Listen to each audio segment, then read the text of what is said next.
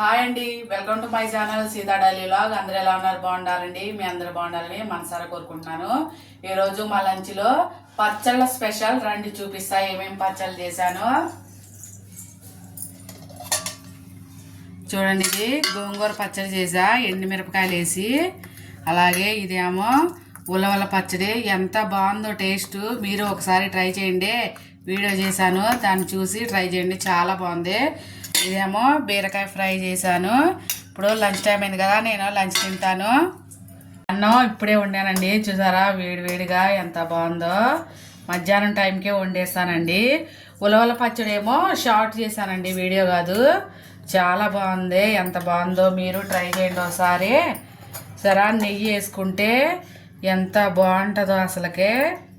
వేడి వేడి అన్నం, నెయ్యి, ఉలవల పచ్చడి, అలాగే గోంగూర పచ్చడి, ఇంకా బీరకాయ ఫ్రై. చూసారా ఎన్ని రకాలు ఉన్నాయో ఇవాళ నా ప్లేట్లో. ఫస్ట్ ఉలవల పచ్చడి కలుపుతున్నా.